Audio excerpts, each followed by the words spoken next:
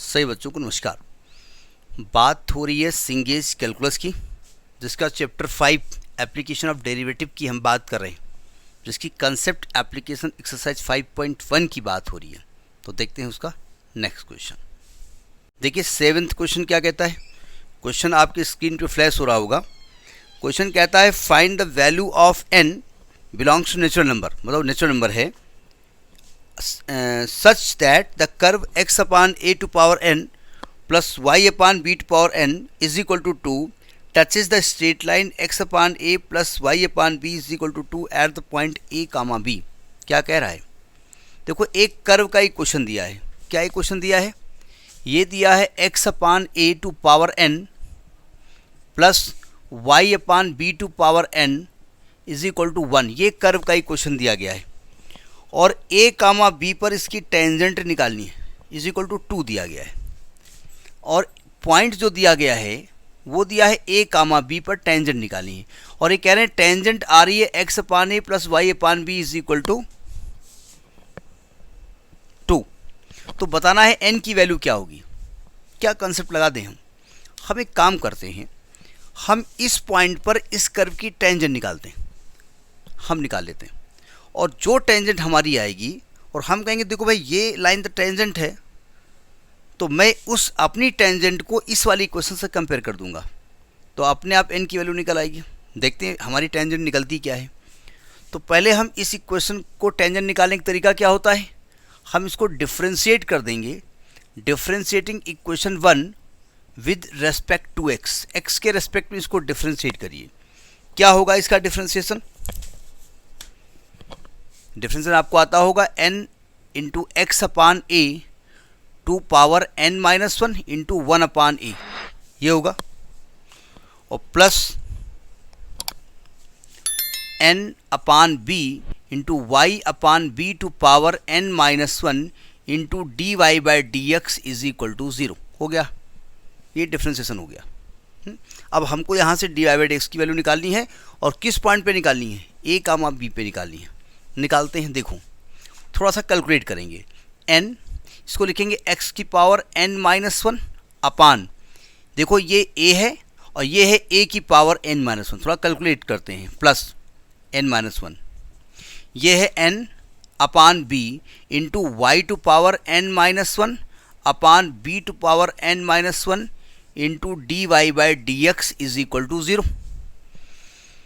अब हमको निकालना है d y by d x, तो ऐसा करते हैं, इसको लिखा रहने दो, n into y to power n minus 1 upon, देखो b की पावर 1 ये है, b की पावर n माइनस 1 ये है, और दोनों मल्टीप्लाई में है तो पावर ऐड हो जानी है, तो b टू पावर n आना है, into d y by d x is equal to, इसको उधर शिफ्ट कर दो, माइनस n x की power n minus 1 upon a to power n, ये आएगा। अब आपको तो निकालना है d y by d x, तो इसको उधर ले जाओ। अच्छा ये n से n कैंसिल कर दो, ये भी कर सकते हो। तो जो d y by d x निकलने वाला है वो आएगा माइनस एक्स की power n minus 1 upon a to power n। ये जो b to power n divide में है ना, उधर जाएगा मल्टीप्लाई में b टू पावर n, और y to power n minus 1 divide में आएगा। ठीक है। अब आपको डी वाई डी एक्स निकालना किस पॉइंट पे है? आपको निकालना है at the point a comma b। तो x को a रख दो और y को b रख दो, देख तो क्या रिजल्ट आता है। देखो x को a रखेंगे तो माइनस a की पावर n माइनस 1 और into b to power n पहले से लिखा हुआ है, और a to power n into b to power n minus 1। ज़रा ध्यान से इसको देखिए, ये पावर बड़ी है, ये पावर छोटी है, ये ऊपर जाके माइनस हो जाएगा। तो ये क्या आने वाला है? देखो माइनस, ये b की पावर n में से ये n माइनस 1 ऊपर जाएगा तो माइनस n प्लस 1 हो जाएगा, और ये नीचे आएगा तो a to power n minus n plus 1 हो जाएगा, यानी ये माइनस b अपान a आ गया, ये m आ गया, स्लोप ऑफ टेंजेंट, यानी टेंजेंट का स्लोप निकल आया आपका माइनस b अपान a। समझ में बात आई? अब इक्वेशन ऑफ टेंजेंट निकाल लो।